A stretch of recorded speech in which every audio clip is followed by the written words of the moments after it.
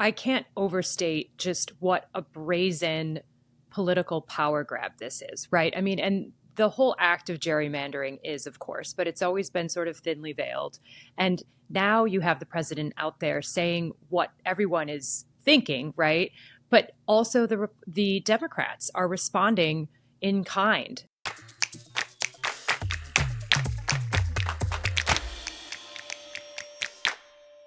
Hey, Courtney. Hey, Katrina. Hey, guys. Hey, gals. How are you? Good to see you again. Always a pleasure. Yeah, always a pleasure to come back to this group. I feel like this is the chance that we get to kind of actually chat in depth about whatever is happening. And, a topic that we have actually been meaning to get to for weeks now and haven't been able to get to is redistricting. So it seems like a good week to get to that. And I felt like, I don't know how you guys feel, but it feels like every week is a good week for redistricting. Exactly. There's been so much going on in so much happening. States. Yeah. And maybe we should start with some definitions as well, because I've had a lot of friends and family come to me and ask about these terms around redistricting, like what is gerrymandering? And it's a really old practice. Basically, it's redrawing lines for districts, congressional districts, in a way that suits your party, your political party, whether it's Republican or Democrat.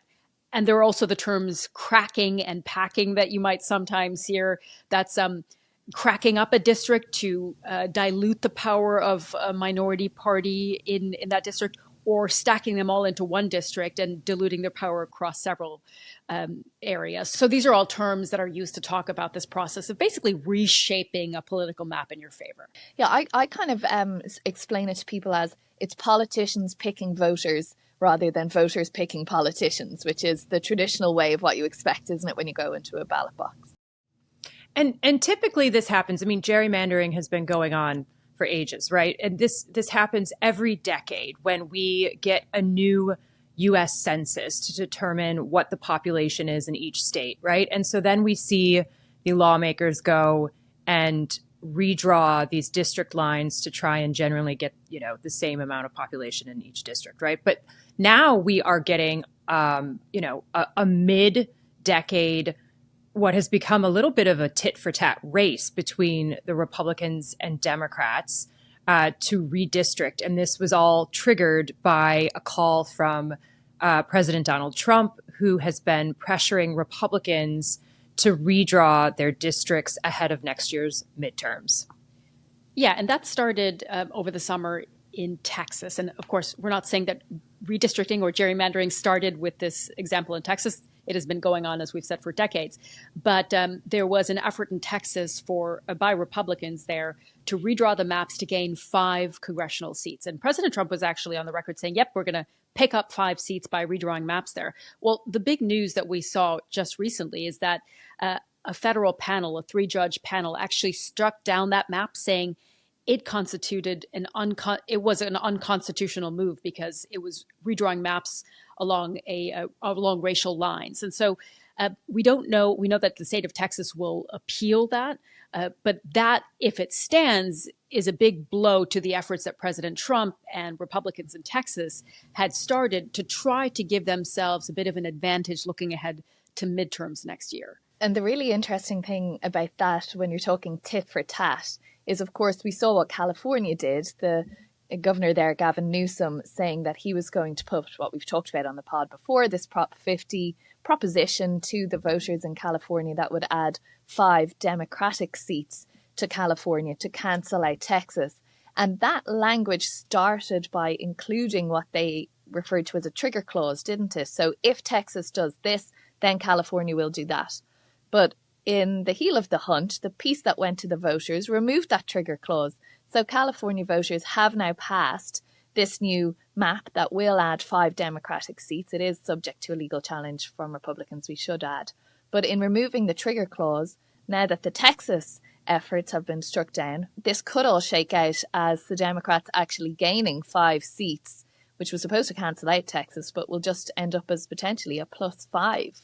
It's been interesting to talk to Republicans. I don't know about you guys, but just hearing, people in hindsight thinking about how this all played out, whether it was a good move or strategy by this administration in the first place if this is going to end up being a net loss for the party. Yeah, I think initially when we started this as being called a redistricting arms race, if you see the flashy banners that have been across the headlines here in the US media for months now, initially it looked like this could be a big problem for Democrats. All of us here looking to the midterm elections next year, and with such a tight margin in the House of Representatives right now, Republicans are aware, of course, that some of these seats are going to be very difficult to win. And so this idea of redistricting was to give them a leg up in next year's midterms. Well, because of this Texas ruling, again, if it stands, and California moving ahead with its redistricting, it's kicked off this race in various states.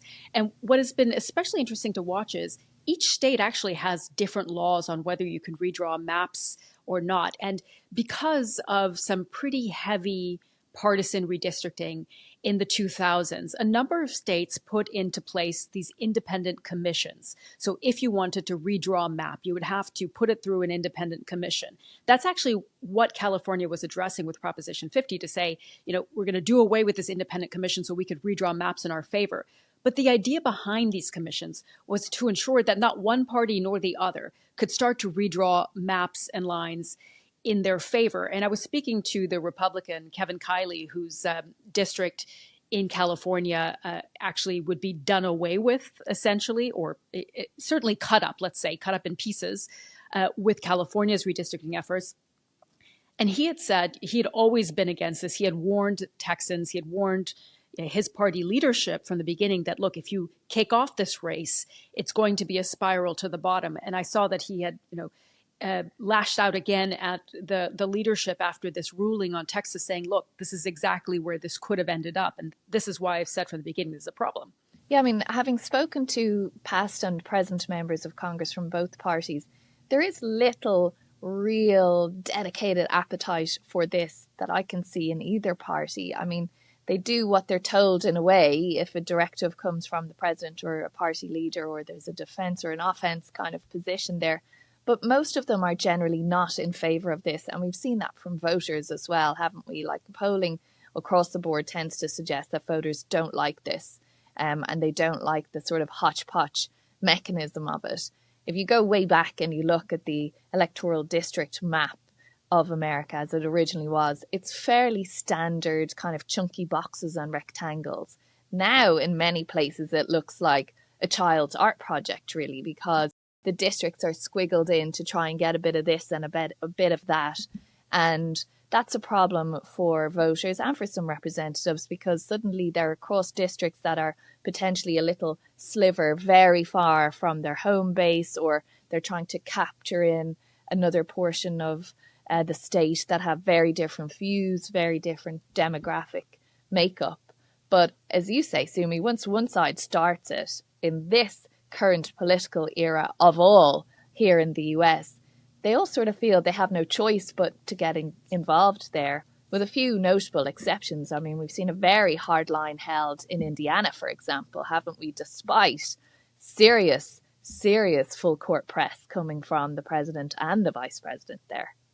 I think in some ways it shows the limits of presidential power. I mean, especially for this president who's really, tested the limits here. But, at the end of the day, legislators are going to protect their own interests before they're protecting the party's interests, right? And they're going to look out for themselves. And as you said, we saw this in Indiana, in Kansas, in New Hampshire. These are states where the president has really put pressure on them to try and get them to redistrict. And they've really put their foot down. And so, the timing here also plays an issue of there's not a lot of time left, in a lot of these places where congressional candidates have to file the paperwork needed to run in the primaries, especially in Texas. I think it's December 8th they have to file by. So, the clock is ticking, and it's really unclear how this is all going to shake out and whether it will be worth it, as we were saying. And Indiana is an interesting case because this is one where, the president indicated he'd like to see the congressional maps redrawn. There was resistance from Republicans there, state legislators, who said, we're not, interested in this because it could mean breaking apart districts and also If you think about the Republican districts held now, some of those districts would be reshaped as well. So even for incumbents, it can be a difficult line to walk. And so state legislators started pushing back and said, look, we don't have the numbers. We don't have enough support right now for this to happen. And then we saw an actual reprimand from President Trump on Truth Social, where he name called the governor, Mike Brown, and said, I've been particularly supportive of him, so he better make this happen. And now the governor is coming back to state legislators. They're supposed to come back to session on this, I think, in January to vote on whether they go ahead with this redrawing. And he has said, you better move forward with this. This is something that's being requested for an America First map going into the midterms. So that story is far from over. On the other hand, you have Ohio, where when the first rumblings about possible redistricting were happening there was this back and forth between Democrats and Republicans, and they actually came to an agreement on redrawing maps in a way that gave Republicans only a slight advantage and said, okay, the arms race, we're laying down our arms now. We've come to this agreement, and this is where the maps will stand. So again, different states have had different reactions, but the pressure, as you both have been saying from the White House, has been immense. And we've seen this from President Trump as well in the last week or two in relation to the Epstein files, haven't we? Like the commentary that he's prepared to post about members of his own party. And here in Indiana, he's actually calling for those representatives who are standing up to him to be primaried. So, to lose their seats essentially for trying to do what they would see as their job, which is protecting their seats and protecting how democracy rolls in their states. And President Trump kind of is just very focused on winning the House next year, which, every president is, particularly when you're coming to the end of your term. You don't want to lose power in both houses of Congress, and particularly in this case where the Democrats plan to impeach Donald Trump if they get control of both houses next year. But when we were talking about the elections from a couple of weeks ago and how Democrats had managed to make gains in those traditional Republican areas, I had a lot of Republican strategists saying, okay, hang on now. If we're looking at redistricting, which usually means taking seats out of a very safe Republican or Democrat, but for this point, let's say Republicans, you're taking like an oversupply of support out of one area to put it into another area where you have less support to try and keep the seat. Well, if suddenly that oversupply is possibly in question, it's creating a lot of nervousness now. Like, what is the low base point if when we see, New Jersey and Virginia, yes, blue states, but in some of those red pockets within there, they lost support. Yeah. And I can't overstate just what a brazen political power grab this is, right? I mean, and the whole act of gerrymandering is, of course, but it's always been sort of thinly veiled. And now you have the president out there saying what everyone is thinking, right? But also the Democrats are responding in kind, and they're saying, well, they started this, right? But we're going to meet every action with action. Courtney, do you think that's because when the Democrats went to the people last year and in the midterms before that on this argument of we're here to protect democracy and don't let Donald Trump and MAGA people win because they'll damage our democracy, and they saw that moral high ground just really didn't click with voters. Voters are concerned about affordability, cost of living, that they're kind of abandoning that in a way, and theen like, hey, if they're doing it, we're doing it too. Yeah, I mean, I think it's a let's throw everything at the wall sort of approach at this point with Donald Trump, right? They have not been able to make anything stick. And one of the big frustrations I heard from voters was that they wanted to see Democrats fight back. And no one has done that more, I would say, than Gavin Newsom in this particular fight. And that has given motivation to other Democrats around the country to step up and say, you know what, it's time for us to redistrict too. We're going to get in on this, because if we don't, we're going to watch, the Republicans take control or maintain control of the House. And there are plenty of Democrats who have said they have a good deal of heartburn around the idea of redrawing maps mid-decade and the precedent that they could set for the years to come and for future elections. But it's precisely, as you said, Courtney, I mean, Gavin Newsom has called it fighting fire with fire. And other Democrats I've spoken to have said, this is precisely what we have to do in this moment. We cannot let them, the Republicans, gain such an advantage. And interestingly, it was actually after 2008 when Republicans made this big push to win over state legislatures across the country, and they now control a majority of state legislatures, that we saw in reaction to that, these various states going through the process of looking at how to limit redrawing maps, gerrymandering, to ensure that the power remains with voters and not with the lawmakers themselves to redraw maps as they see fit. But when you talk to strategists on both sides of the spectrum, they all see this as a race to the bottom. Nobody is particularly happy about the idea of redrawing these maps, and yet they see this as politics is politics. And if that is the case, who ends up with the higher numbers by the midterms of next year, that's still not clear. But Democrats feel better about the position they're in now than they did, let's say, 4 or 5 months ago. It is a race to the bottom because, whatever happens and whoever ends up in control of the House, the other side then will be like, okay, well, let's just reverse everything that was done there and fix it for ourselves in the next cycle. So, you're just facing into this sustained time of they did that, we did this. Yeah, and I do think that Republicans, may have more to lose if we see more blue states where these independent commissions have been established. If voters decide to ditch that and say, you know what, let's redistrict to, the party of their preference, that's going to have some serious ramifications for Republicans. Yeah, whenever I speak to Republicans on this, they say it wasn't us that started this. They point to actually Illinois, Courtney, your home state. There's that 13th district that is, as you were saying, Katrina, as if it were drawn in a child's painting, this sliver across the state that's just basically a bunch of Democratic suburbs knitted together. But, you can point both to Republicans and Democrats for being guilty, if you will, of redrawing maps in the past. But if you look at where we're actually headed to now, I think if you look at the efforts to redistrict, there's enough resistance in both parties to redrawing. And the other thing I've heard from lawmakers on both sides of the aisle is just because a district is split in half or split into 3 or 4 pieces doesn't necessarily mean that you're guaranteed a win in that district. Yes, it does help if you are breaking apart, let's say, a Democratic city and looping it in with a more conservative suburb or exurb outside of that city. But the demographics and voter patterns are shifting. That's something we learned in the election, didn't we? Is that Latino voters had gone more towards President Trump in last year's election. In the New York, New Jersey, Virginia races, as we discussed, they seem to move back towards the Democrats. So changing these districts in different ways might not necessarily actually reflect how people are going to end up voting. So you might be counting on numbers that might not even be there. Yeah, and I think the other point is how heavily the courts are involved in this. Like the legislatures in the various states, and as we've said, there are different rules in different states about who can actually do these changes and when they can do them.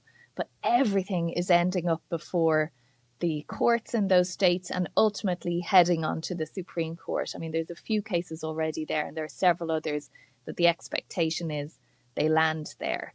So it's just extraordinary how kind of everything that politicians would have had in their wheelhouse, if you like, is ending up now being decided by another branch of government. And, if you look at Utah, for example, the legislature there passed a map that basically would have made all 4 seats being Republican. And the judge, a federal judge, heard the case and said, no, I don't like the look of that map, struck it down, and instead favoured a different map again, that carved out an area around Salt Lake City to make that pretty much a guaranteed Democratic seat. So it's kind of extraordinary the way the power is moving. You're talking about a power grab, Courtney, but how it's moving between the different branches of government and of power in this country, who actually has the control. And the administration, I think, understands that, right? They seem confident in their plan. They want to follow this through, even though there's been, reporting around folks saying we really need to be focusing our resources on just winning races, right? But the administration sees the courts as something that could work to their benefit given, their effort over the years to try and, stack the courts with conservative judges, right? But, one of the most important cases that we haven't talked about yet is the Louisiana case before the Supreme Court, where the Supreme Court is expected to weigh in on their redistricting efforts and whether whether race can be used as a factor for their congressional map. Yeah, the number I think I saw is that if they were to strike down this provision in the Voting Rights Act, it could redraw at least 19 seats, I believe, more voting districts for Republicans in the House of Representatives. So these few seats here or there that we've been talking about in these states, this could have a massive, massive impact on next year's election. And these districts that we're talking about have been represented by Black Democrats in the South, and this is what's being addressed in the Supreme Court case. So it's really hard to overstate just how important this case and ruling will be in terms of its impact on next year's midterms. And expected to follow hotly on the heels is the situation in North Carolina, right, which is a similar one where there's a redistricting new congressional district map there. There's a ruling expected any day from the courts on whether that can actually be used, because there is currently one Black man who represents North Carolina in the US Congress. Don Davis, exactly, a moderate Democrat who is in a district that has been represented by a Black person for decades, and they're arguing that basically he will most likely lose his seat. It's been a very competitive district thus far, but it will become a very reliable Republican district, and he'll lose his seat. And then there will be no Black man in Congress from a state where about a third of the population are Black people. And so you're into that question about representation and how the House of Representatives actually reflects the population makeup of this country as well. I actually spoke to Don Davis about this on our programs, and he said, look, you're silencing my voters or our district's voices. The same could be said of Republican voices, of course, in states where Democrats are redrawing maps in their own favor. But this is precisely why that representation for Democrats and for minority parties is considered especially important. And another reason why this redrawing is more than just kind of picking up a seat here or there. It really is a question of popular representation, even for minority groups. And I think if we kind of broaden the lens a bit and think about the midterms next year, the reason why all of this is so important is just things are so tight right now. The country is so divided, and picking up, votes here and there and a seat here or there really could determine the balance of the House of Representatives and have a massive impact on Donald Trump's presidency. But, I was speaking to a couple of strategists on one of our programs this week who from each party, both involved in trying to get people elected, new members elected in districts next year. And I was asking them, the Epstein files, redistricting, the prosecution against James Comey and others, how much do voters actually bother themselves or are concerned about that? How do they see it? And they were in agreement, rare bipartisan agreement, that actually voters are really turned off by these sorts of discussions, that they're like, why are these people that we've elected up there in Washington, up on Capitol Hill, talking about, who sides with who and who gets to keep themselves in office or otherwise? Why aren't they talking about how expensive my groceries are, how expensive rent is, how, all of these cost of living issues that we talk about time and time again? They just feel that nobody is really addressing that when they're engaged in these kind of fights, as they see it, about these very technical issues, and that, both of them are like, that's just a DC thing. It's not what the real people of America are concerned about. They're saying, we've been shouting out loud for so long about the cost of living and the affordability issues in this country, and who is listening to us from either party? It doesn't really do much to restore trust in American government, does it? What trust, many would say. Yeah, what trust indeed. On that really positive note, I think we've run out of time again. But ladies, always great to kind of chew through these topics with you guys. And I'm sure we're going to be revisiting this as you were saying earlier, Katrina, every week it's something new with redistricting. Yeah. So let's see where this heads next. Always a pleasure. Thanks so much, guys. Talk soon. Thanks, Bye. Guys.